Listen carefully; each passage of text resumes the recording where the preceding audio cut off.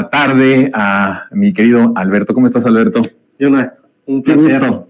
Gracias por la invitación. No, hombre, es importante hablar porque hay muchos temas.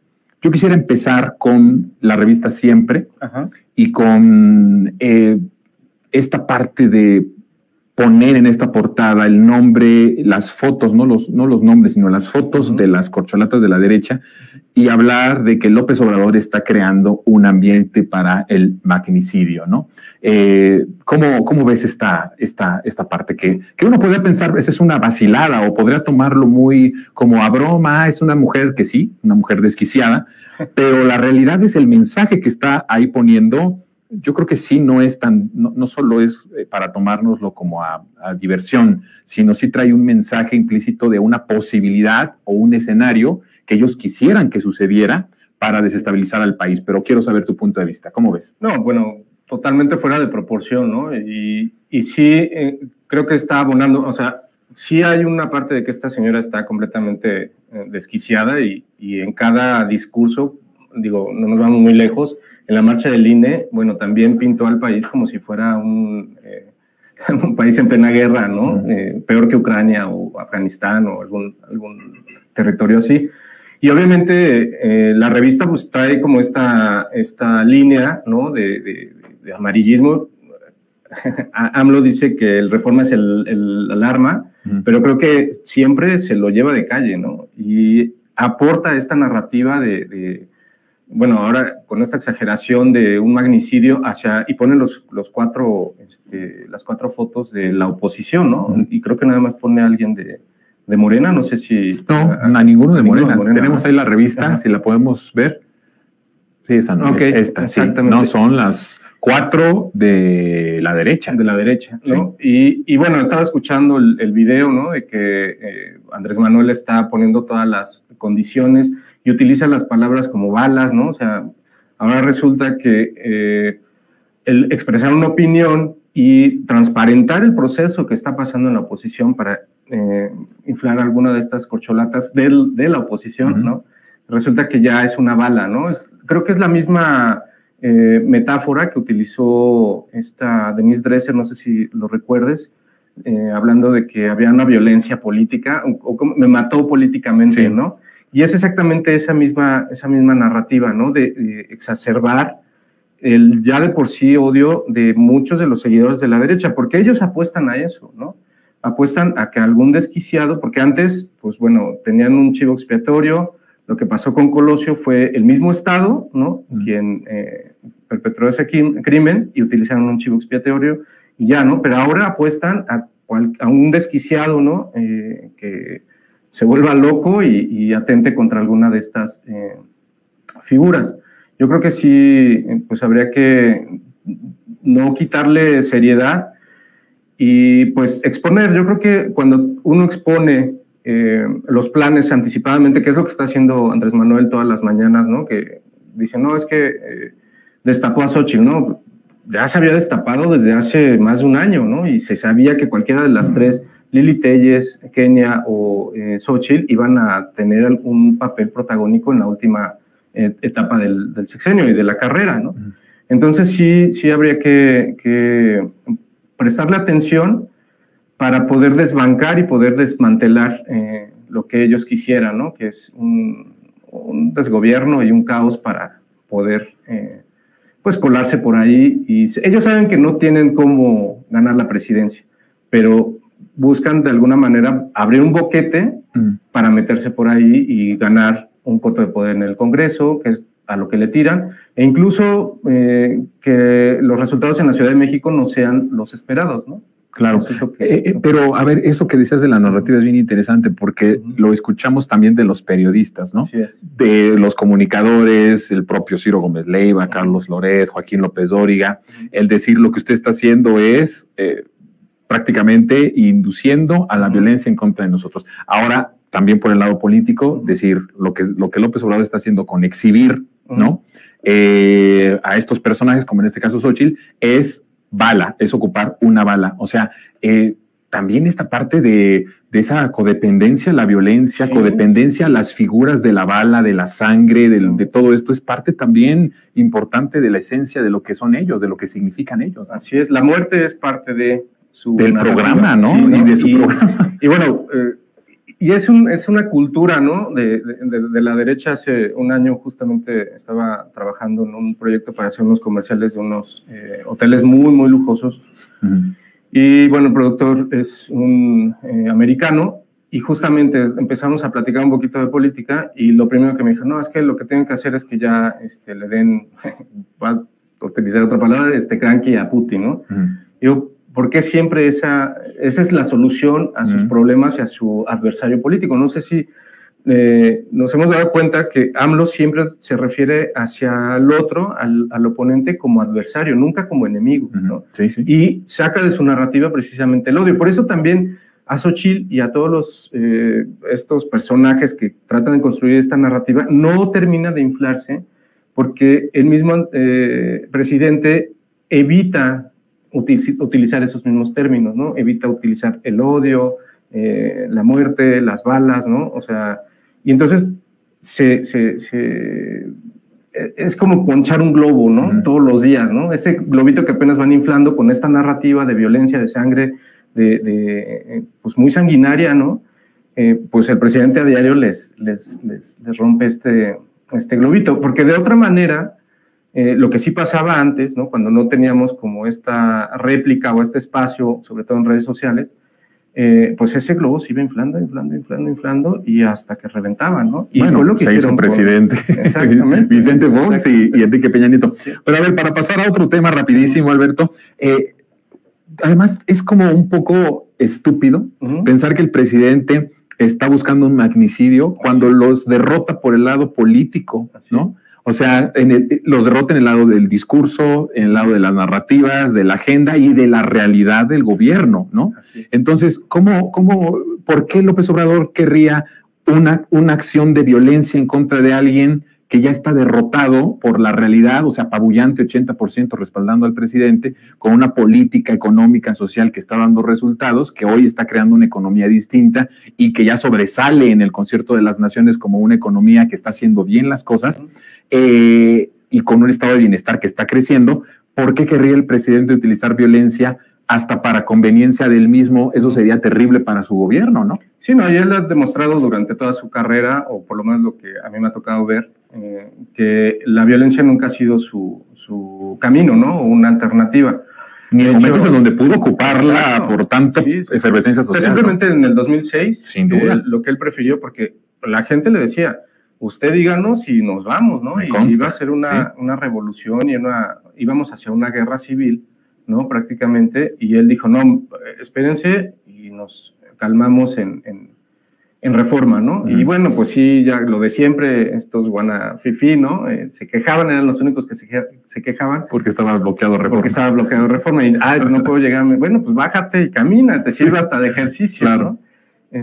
Pero siempre ha sido como todo lo opuesto a la violencia, simplemente el abrazos, no balazos, pues yo creo que resume muy bien pues la política que él quiere, y obviamente pues es incomprensible que la oposición quiera endilgarle ahora a Andrés Manuel que él quiere un magnicidio, como exactamente como para qué, ¿no? O sea, y esa es Oye, hablando de abrazos no balazos, es cierto, ¿verdad? O sea, tanto que odian el abrazos no balazos. Sí, ¿no? Sí, porque ellos quisieran... Y es una contradicción ahora decir que quiere balas el presidente cuando su política ha sido de abrazos y no de balas, ¿no? Sí, no, y no por nada Zelensky es ahorita pues, su héroe, ídolo, ¿no? Sí, ya ves que tiene su banderita en Twitter hasta Calderón. Y es garantía de que van a decir alguna tontería, ¿no? Van a opinar alguna tontería. Bueno, ya sabes que si tienes una banderita ahí vas a decir pura tontería, ¿no? Exactamente. ¿No?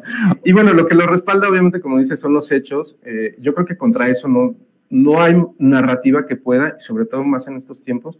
Antes, cuando ellos tenían el monopolio de los medios, ¿no? O sea, el cañón de la televisión, pues lo que decían ahí, y tú no podías responder. Si respondías, bueno, pues te tocaba un halconazo o una matanza del 68, ¿no? Y no había manera. Ahora sí, pues yo me atrevería a decir que es el primer sexenio en el que realmente tenemos un presidente democráticamente electo, y contra eso pues no hay narrativa, sobre todo con mentiras que no puede, y creo que eso es el gran error de la oposición, siguen insistiendo en la mentira, por eso no crecen. O sea, no sé si has visto ahora el recorrido de las corcholatas de Morena y los intentos de mítines de las otras de la oposición, por ejemplo, Xochitl, no junta 20, 30 personas en un parque, ¿no? Y les pusieron ¿Ni en la Miguel Hidalgo? Ni en la Miguel Hidalgo. Ah, caray, ¿no? Está grave. Sí, ¿no? Y pues sí está, o sea, están derrotados y lo saben, ¿no? Entonces, sin embargo, Alberto, creo que crear escenarios propicios para su narrativa, en donde sean ellos afectados o por chivos expiatorios o por estos escenarios, ¿cómo se les llama? Ficticios, pues, ¿no?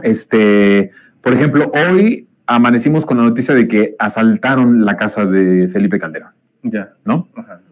Entonces, que se metieron a su casa y que los cacharon justo cuando iban a robar, ¿eh? O sea, mala suerte de los rateros, y entonces los cachan, y ya entonces ahí tienes desatada una narrativa en las redes sociales y de la comentocracia, que no dudo que mañana haya alguna columna que hable sobre también es un ambiente que López Obrador está creando de violencia, porque Felipe Calderón para ellos ahora es un héroe, ¿no? Y que muchos quisieran que regresara, ellos quisieran que regresara, pero sí de crear estos escenarios ficticios o estos montajes. ¿Cómo ves esta posibilidad? ¿Son capaces, no son capaces? Yo creo que sí serían capaces, pero lo tendrían que pensar muchas veces. ¿Por qué? Porque para que un escenario ficticio tenga frutos o rinda un resultado positivo para ellos, requieren de credibilidad. Y creo que ahí es donde pues ya no la tienen, ¿no? O sea, la mayor parte del pueblo, no por algo, la 4T tiene 70-80% de aprobación. Sí, ok, se metieron a tu casa, ¿no? Y que no había vigilancia y no, o sea, con todos los millones que te robaste, ahora resulta que es muy fácil meterte a tu casa, ¿no? Entonces no hay manera de. Lo que sí creo que tratan de hacer es crear un mártir, ¿no? Y ahí es donde sí me preocupa, ¿no? Justamente en esta ficción, ponle tú que no lleguen a algo letal, pero sí a herir o a dañar físicamente a alguno de sus candidatos o precandidatos, para crear este escenario de que nos están reprimiendo y pues esto es una dictadura, ¿no? Que es muy parecido a lo que Xochitl hace ahora, ¿no? Es que el machismo del presidente, o sea, se le cae en el primer segundo, en cuanto termina de decir machismo o machista al presidente, se le cae. ¿Por qué? Porque no hemos tenido un gobierno tan paritario, y creo que ahora hay más mujeres más que hombres. Que hombres. Y algo que te quería comentar justamente es que la izquierda en este país avanzó muchísimo en este sexenio, ¿no? Sí. Ahora estamos al nada de tener una mujer presidenta y científica, ¿no? O sea, digo, con todo, o sea, hay las posibilidades, no digo que vaya a ser, pero estamos mucho más cerca. Bueno, de lo es que la primera vez que hay abiertamente una posibilidad de esto, ¿no? Ajá. Y entonces, eso de machista. La oposición está trabada y atorada en los 70s, 80s, y no es que en el medioevo, ¿no? O sea, porque siguen pensando en esta forma de hacer política en el que es un patriarcado brutal y del dedazo, o sea, siguen haciendo política como se hacía en el PRI, y creo que el peor error que han cometido es encomendarse o dejar que Claudio X Jr. esté dirigiendo los destinos de la oposición. O sea, van para abajo, y ahí tiene mucha razón AMLO. Es decir, yo, si fuera un empresario, jamás lo dejaría como CEO de alguna de mis empresas. Creo que se lo preguntó a Bremer, ¿no? Sí, exactamente. Tú que eres empresario, ¿cuánto dejarías a un mal? Se lo pregunta a su papá, ¿no? Sí. O sea, su papá no es tonto, ¿no? Sí, y por algo, Claudio Jr. no dirige ninguna de sus empresas. Si así como dirige la oposición, va a dirigir hasta su familia le hace el feo de que exacto. No, Claudio Jr. no. Está muy inútil. La realidad es que está jugando con dinero. O sea, tiene un tanto dinero, porque a mí lo que sí me ha sorprendido muchísimo es, creo que AMLO consideraba algo así de 500,000 millones de pesos por año que se iban en corrupción, ¿no? Y después de 5 años era muchísimo más, ¿no? Pero yo creo que era una cifra tímida, es una cifra tímida, sí. Entonces sí, creo que rebasa el billón de pesos, ¿no? Con todo lo que se ha hecho, con todas las megaobras, la actualización de las refinerías, el Tren Maya, la IFA, todo este tipo de megaobras y de pensiones, y todo ha sido sin crédito, ¿no? Sin deuda, ¿no? Sin deuda, exactamente. Ver llegar el primer vagón ya completo del Tren Maya, hijo, eso hizo... Estaba feliz. No, pero era proporcional la felicidad del presidente a lo que estaba pasando en la oposición, ¿no? Sí. Cuando Loret se atrevió a decirle en una entrevista a un actor, de allá también de Cancún, empresario, amigo de Luis Miguel y todo eso, de los Junior, a Palazuelos se llama. Palazuelos, sí. Le dijo a Palazuelos que Carlos Loret le dijo, no, eso no se va a construir, eso no va a llegar a ser nunca una realidad, ¿no? Y hasta el Palazuelos le dice, pues yo creo que sí, dice. Sí. Y no solo eso, sino el aeropuerto de Tulum. Sí. Alberto, el tiempo se nos termina, solo dame un comentario con respecto a caricatura, es de Rapé, ¿no?